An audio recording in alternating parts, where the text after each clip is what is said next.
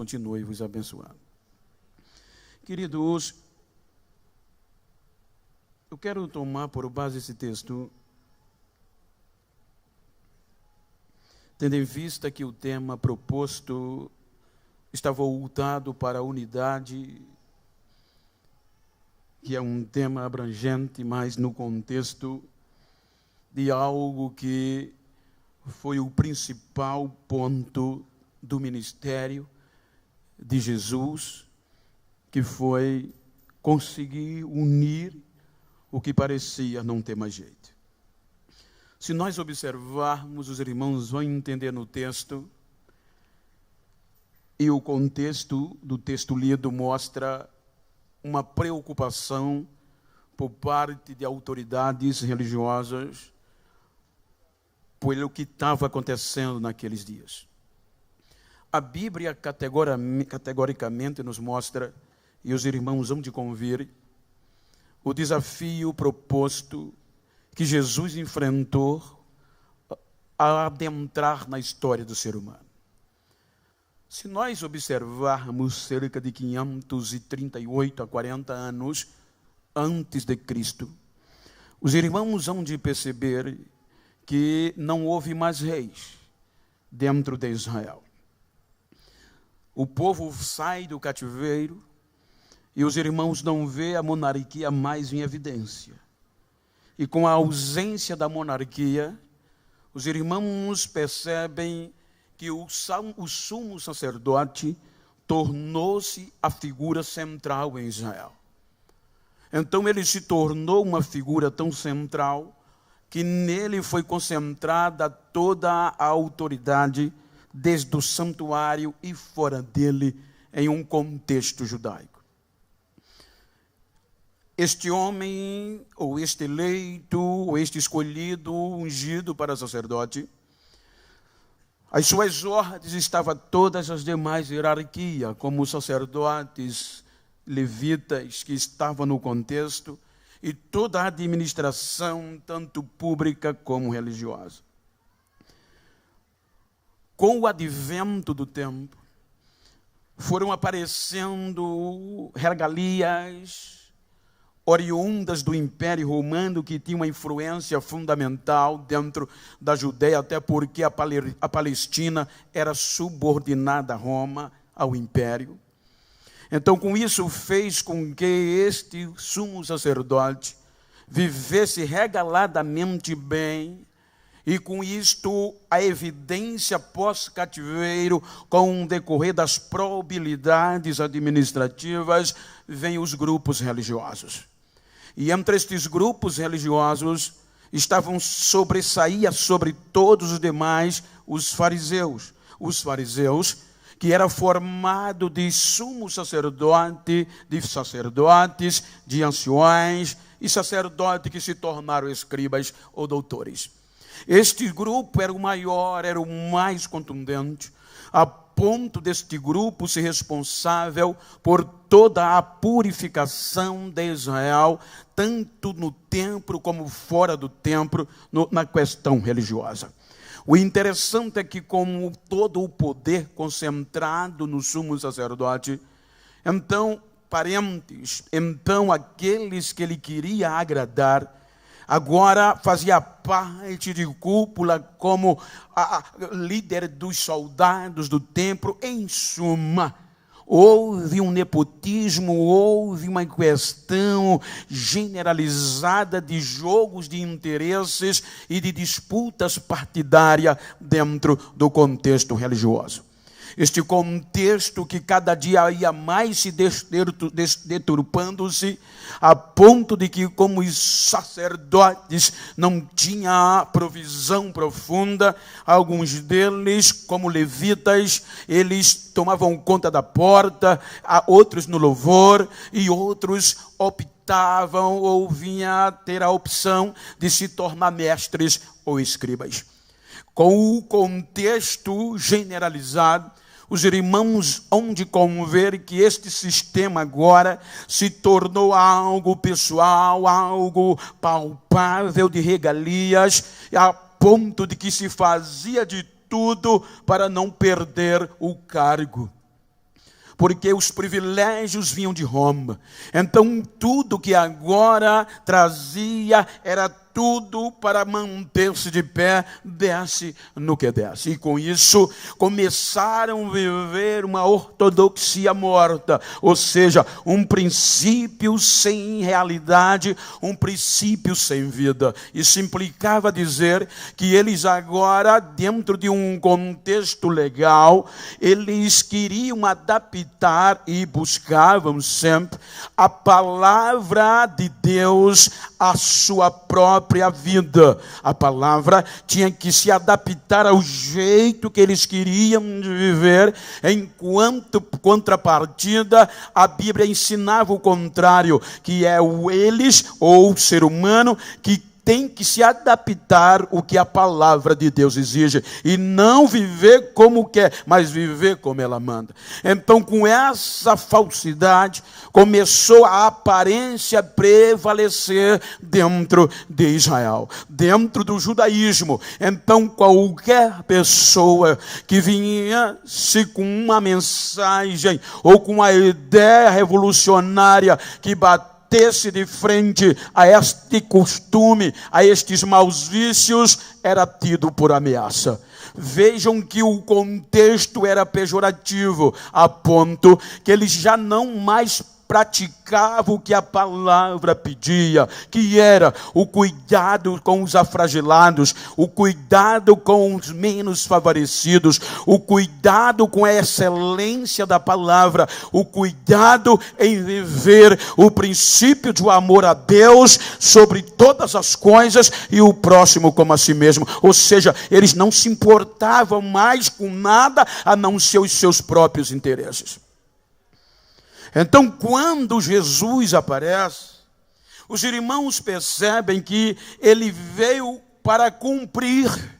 Ele mesmo disse: eu não vim abirrogar, eu não vim destruir, eu não vim alterar a lei, mas eu vim cumprir, porque não estavam cumprindo. Então a Bíblia diz que ele nasce na Judeia, conforme estava nas Escrituras.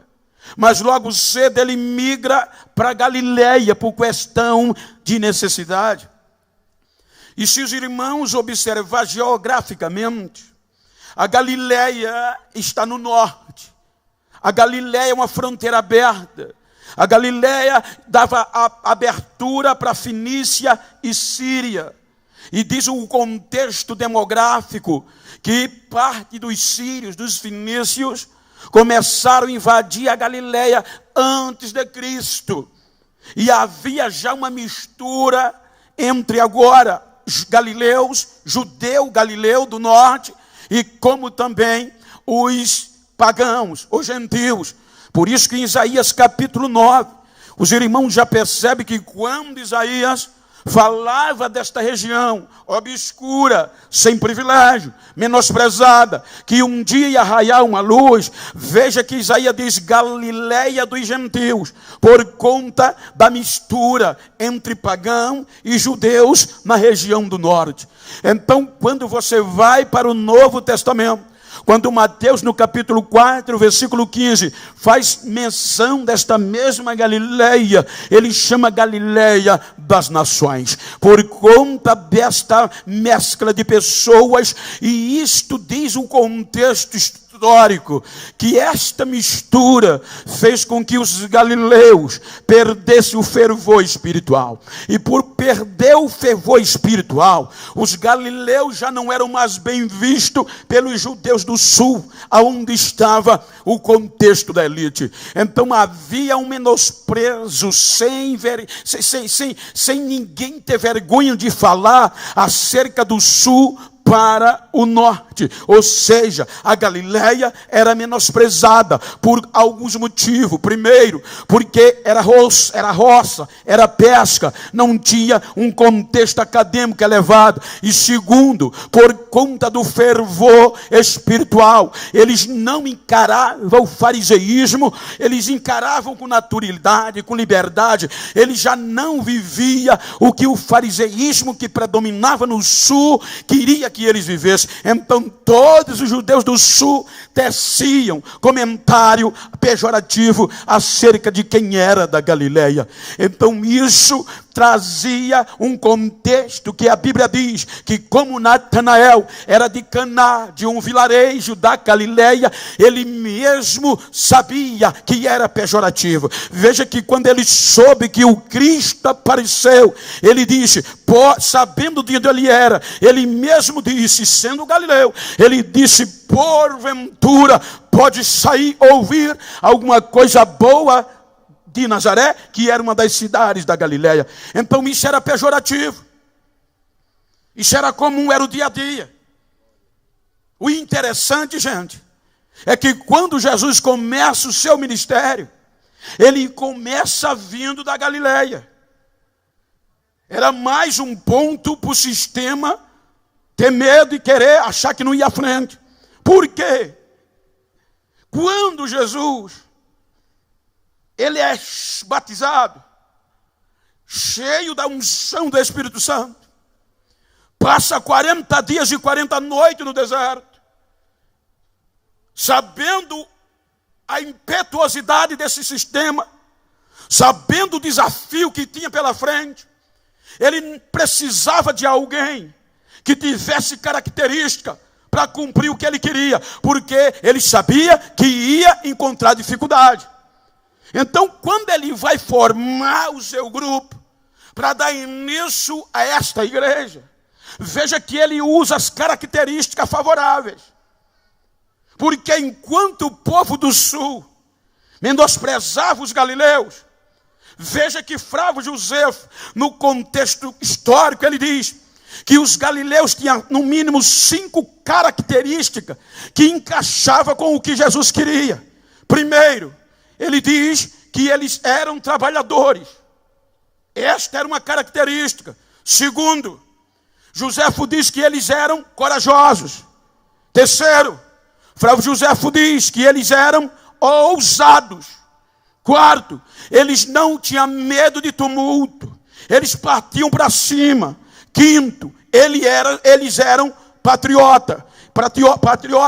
Então, essas 5 características, Flávio Josefo aponta. Aí vem o Talmud e acrescenta mais uma, que dava certinho. E os galileus, eles davam mais valor à honra do que o dinheiro. Não se vendiam. Então, era a característica que Jesus precisava. Veja que quando ele começa a juntar os seus discípulos, dos 12, 11 eram da Galileia. Só um que não era, que era Judas, foi o que se vendeu. Então pergunta já para quem está ao teu lado, tu é do sul ou é do norte?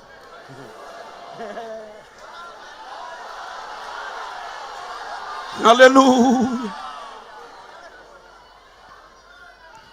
Veja onde começa o primeiro milagre.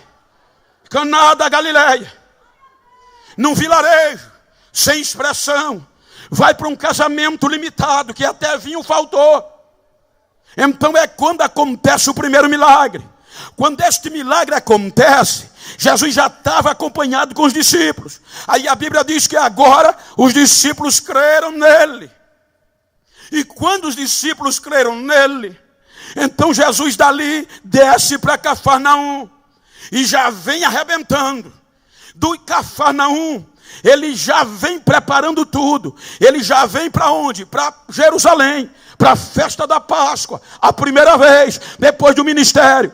Quando ele chega, agora cheio do Espírito Santo, acompanhados pelos galileus, quando ele chega no santuário em Jerusalém, ele já bota para arrebentar. Porque quando ele chega no santuário, não parecia uma igreja, parecia um centro comercial. Era gente vendendo pombo, era gente vendendo boi, era gente querendo lucrar em cima dos carneiros. Ele já chega virando tudo, dando lapada no boi, dando lapada na ovelha, abrindo gaiola de pássaro e dizendo: vocês estão fazendo da casa do meu pai casa de negociação, aqui é casa de oração.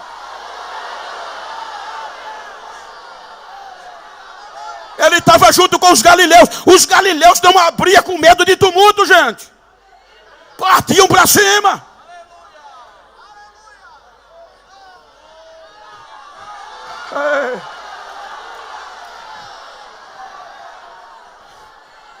Ele vira, arrebenta com tudo. Um azorrague, um chicote, e mete o chicote para cima. E quem mete a dizer alguma coisa? Alguém só fez dizer, com que autoridade ele está fazendo isso?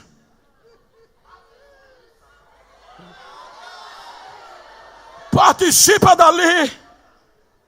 Termina aquele dia, ele ainda em Jerusalém, aí a notícia chega na cúpula.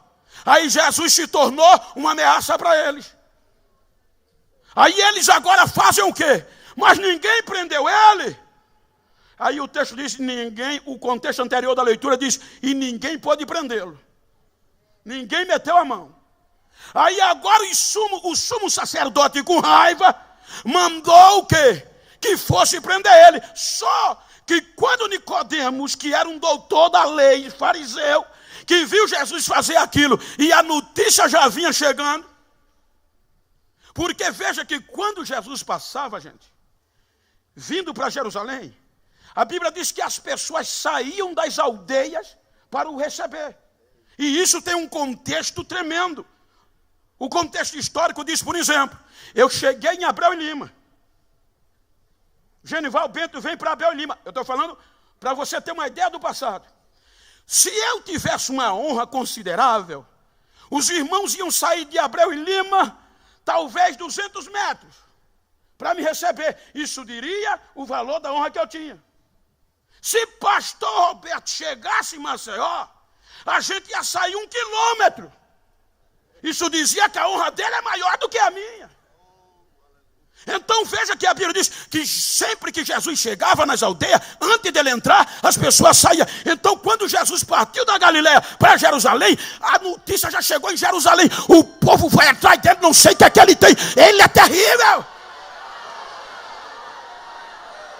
E ele já vinha arrebanhando os flagelados. Aqueles que o sistema jogava para lá. Aqueles que não tinham mais esperança, aqueles projetos falidos, aonde ele chegava, ia se importando, ia, vem comigo, e a multidão ia seguindo, cheios de esperança.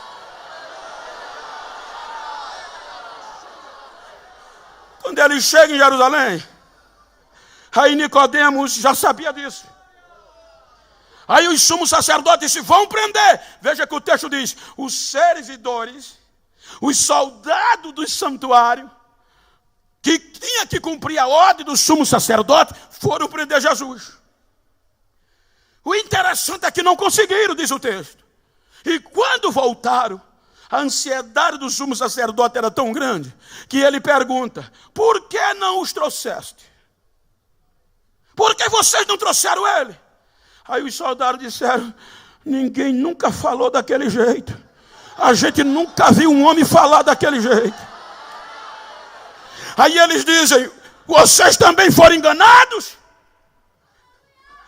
Aí perguntaram, será que se converteu algum fariseu, algum sacerdote a ele, algum principal? Aí é quando Nicodemos já chumbado,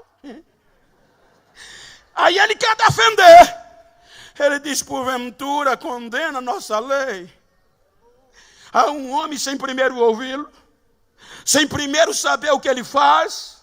Aí eles levantaram na reunião e disseram, tu também és da Galileia? Isso é uma indireta. Examina e verás que da Galileia não tem profeta, nunca saiu. Acabou a reunião e foram para suas casas. E é aqui que começa, gente.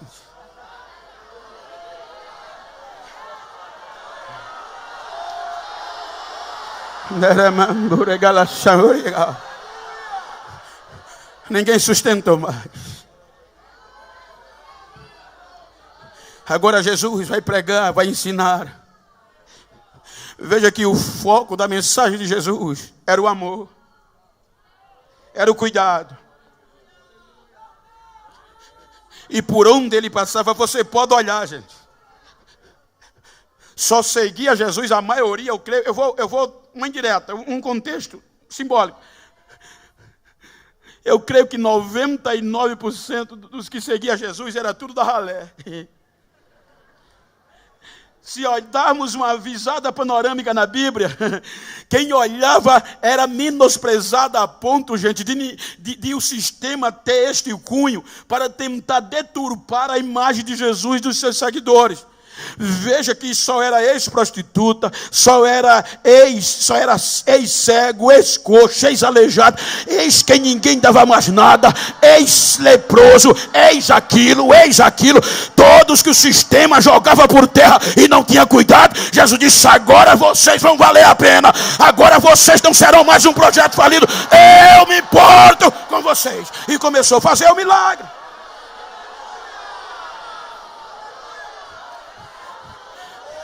Dá um toque em quem está ao teu lado, diga: quem era tu, hein?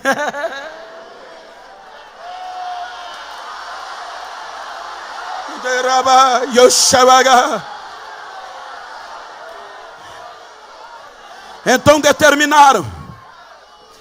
Eu vou sintetizar, mas veja que dentro de um contexto lógico do sistema, eles deturparam tanta imagem de Jesus, por serem da Galileia,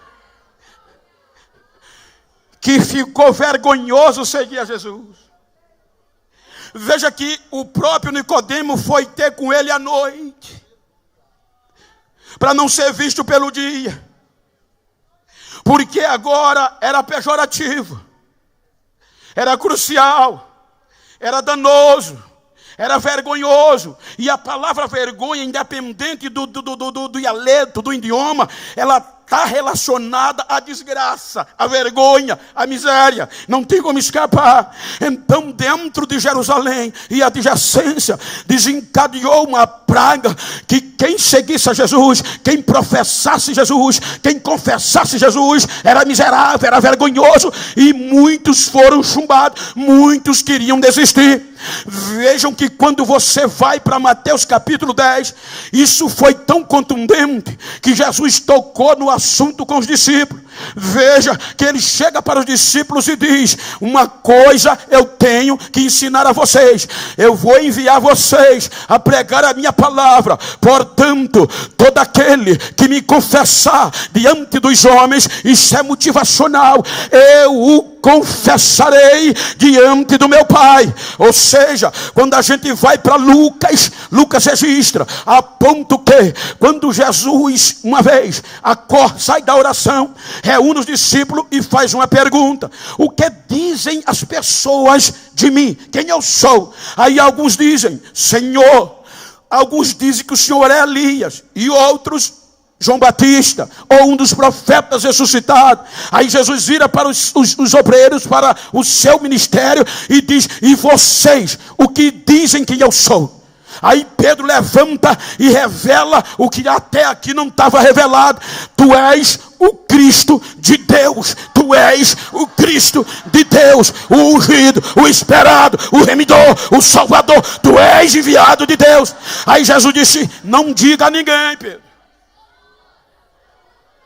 Aí Jesus diz: escutem o que eu vou dizer a vocês.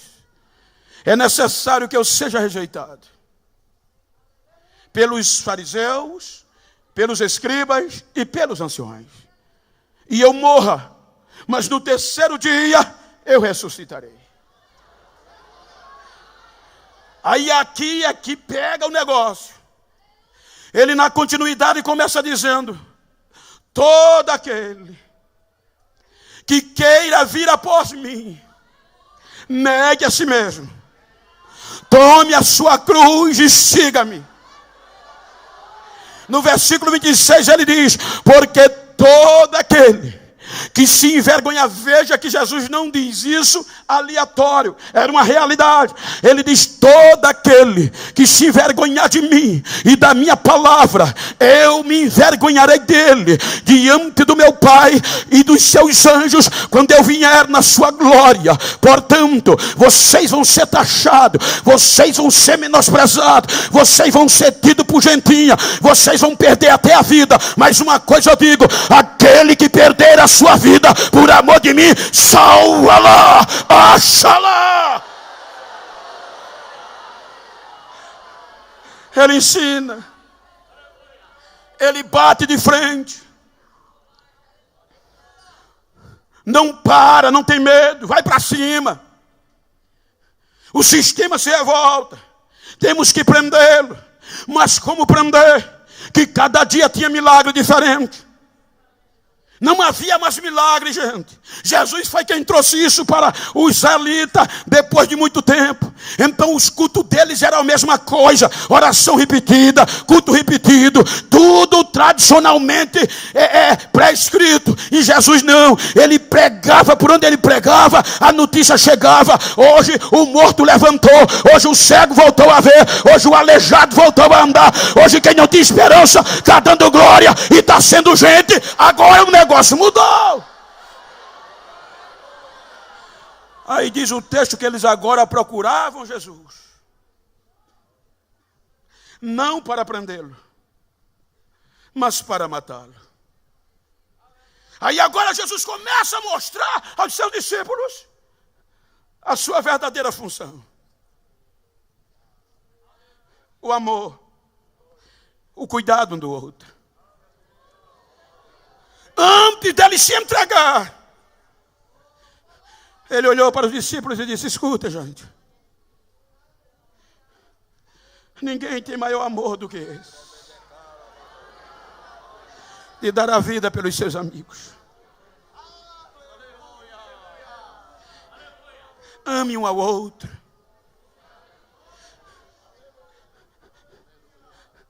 A senha está aqui. Às vezes, gente, eu estou dizendo isso porque eu estou falando para uma geração nova, na sua maioria. Eu sou questionado, abordado, onde eu chego, telefone, e muitos jovens perguntam: Bento, qual é o segredo, Bento? Quando eu crescer, eu quero ser você. Eu digo: o segredo é Deus. Mas como é que pode? O segredo é que eu posso chegar na minha casa, abraçar meus filhos, minha esposa, até o cachorro me abraça. Já conhece o barulho do carro quando eu estou chegando. Eu chego na minha igreja, posso olhar para a cara de todos os meus companheiros.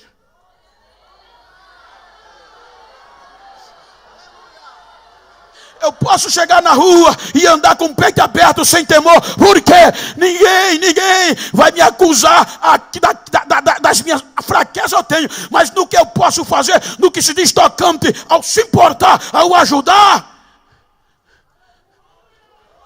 Mas como? É porque o segredo é esse. Jesus disse: olha, se vocês aprenderem a ser meus discípulos, quando vocês pregarem muito, quando vocês cantarem muito, então todos vão saber que vocês são meus discípulos. Ele disse isso: se vocês amaram um ao outro, todos vão saber que vocês são meus discípulos e aprenderam comigo.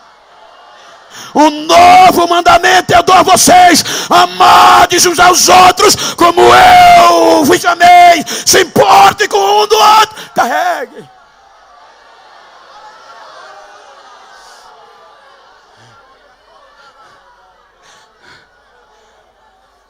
Escuta, vai à cruz. O sistema achava que matando ele resolvia. Esqueceram das profecias. Para ele, Jesus veio da Galileia. É mais um, é uma ameaça. Matando ele, mata, acabou. Primeiro dia, festa. Segundo dia, festa.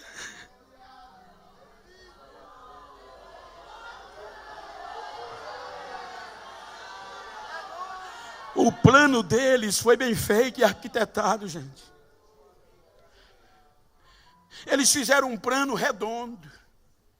Vamos matá-lo na cruz, porque isso vai amedrontar os seus seguidores, e eles vão dissipar-se. E foi o que aconteceu. Enquanto Jesus estava na cruz, 2 dias passaram. Os discípulos de Emaú fizeram a mala Estavam no sul. E disseram, vamos para casa.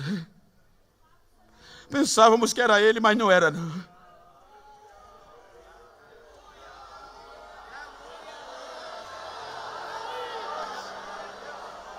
Pedro, numa noite só. Escuta, eu não conheço ele não. Aí alguém diz, tu é da Galileia. Tu fala como ele. O teu jeito te denuncia. Pergunta para quem está ao teu lado, ainda é da Galileia? Diga, então não adianta se esconder, meu filho.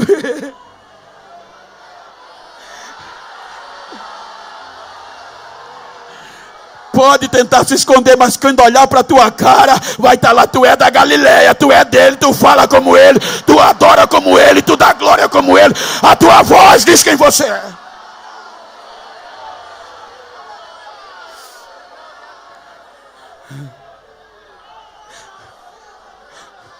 Outros partiram. Terceiro dia, raia! E na manhã, no terceiro dia, as cordas da morte não suportou. A morte não suportou e as cordas não suportaram. Deus faz um milagre e Jesus ressuscita dentre os mortos naquele dia. E ele está vivo, ele está vivo, ele está vivo, ele está vivo. Ele voltou a viver.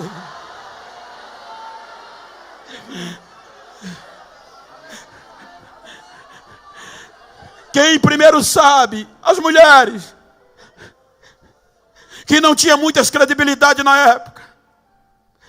E os soldados que estavam no turno da manhã.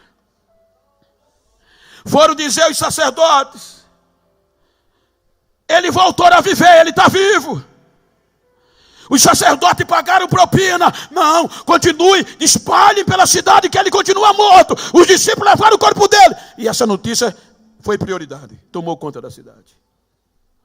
Jesus ressuscita! E o que é que Jesus diz à mulher? Diga aos seus irmãos, vá, diga aos seus irmãos, que eu vou na frente deles para Galileia. Vou voltar para onde tudo começou. Eu vou encontrar com eles na Galileia.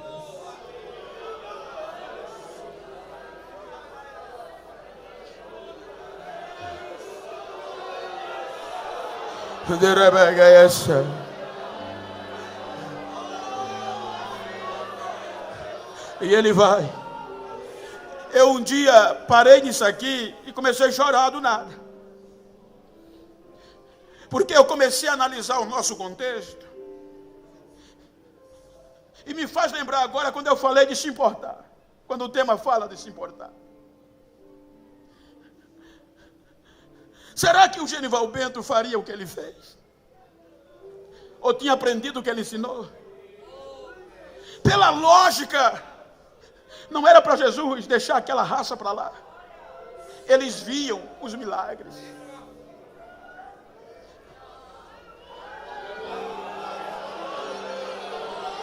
Não é como hoje. Escuta o que eu vou dizer. Eu não estou defendendo aqui o teu erro. Muito pelo contrário. Mas a realidade hoje é que nós não somos super-homens nem super-crentes. E muitas vezes a gente tem 20 anos de igreja, 30 anos, 10 anos. E às vezes comete um erro. E a primeira coisa é, exclui. Esquece, nem a paz dá. Talvez Jesus não precisava dizer a ninguém. Alguém tinha dito e ele mesmo ouviu. Pedro disse que não te conhecia. Tomé está espalhando que não acredita que o Senhor voltou a viver. Ele vai buscar um por um.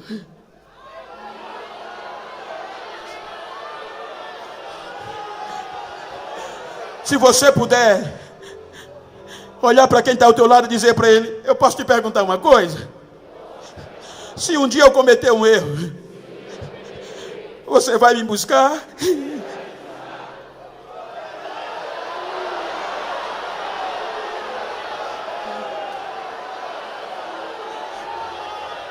Diga a ele, eu me importo sim.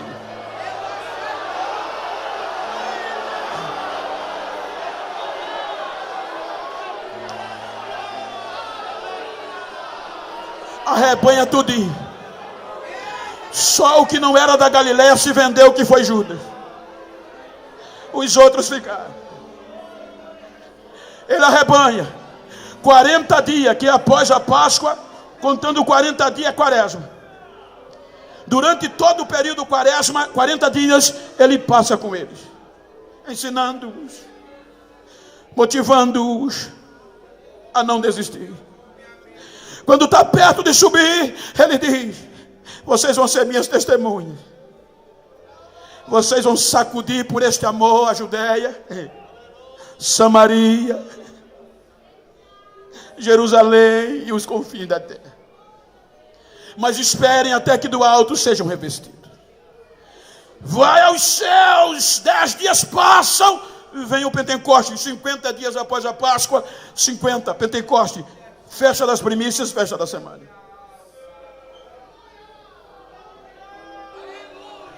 Ei. O Pentecoste desce quando ninguém esperava, exceto os crentes. Era uma festa que reunia todos os religiosos debaixo do céu. No Atos você vai encontrar cerca de 17 idiomas, fora os dialetos. E quando o Espírito Santo desce, ele desce aonde? Aonde estavam os galileus. Aí os galileus que eram tidos por caipiras, por ignorantes, por semi-analfabetos, aí começa a falar em outros idiomas. Conforme o Espírito Santo concedia que falasse. Era um galileu, caipira, falando árabe, falando isso, falando aquilo, falando bar. E para a elite do sul, os galileus só sabiam mal aramaico. Até o hebraico era menosprezo, porque o hebraico era uma língua litúrgica. E era falada muito no sul, no meio da liturgia, por conta da lei. O Jesus, segundo a história, pregava em aramaico, a língua do povo. Para aprender o aramaico, não ia à sinagoga, à escola, aprendia em casa. O hebraico não, já era diferente. Então, para o sistema, tanto Jesus, para os doutores, tanto Jesus como os galileus, eram ignorantes. Era só aramaico. Aí agora eles começam a falar outro idioma. Veja que o texto diz que eles se preocupam. E dizem: de onde está vindo esta voz? Quem estão ali? Quem está ali? Aí alguém diz: não são eles todos galileus? São. E como nós estamos ouvindo ele falar na nossa língua do nosso país, que é onde a gente nasceu? Tem algo diferente lá. O Pentecoste une, fecha a igreja, lacrou numa só. Quando chegaram que ouviram, gente, o que eu acho lindo é que o texto não mostra, ele mostra que eles não falavam outro idioma aleatório. Quando o povo ouviu, eles em outro idioma, na língua nativa de cada um que ouvia, falavam o quê? As maravilhas de Deus. Aí quando eles ouviram eles falando nas suas próprias línguas as maravilhas de Deus, aí ficaram pasmos, alarmados. Aí o texto diz: eles ficaram assustados pelas coisas que ouviam e viam acontecer lá onde eles estavam.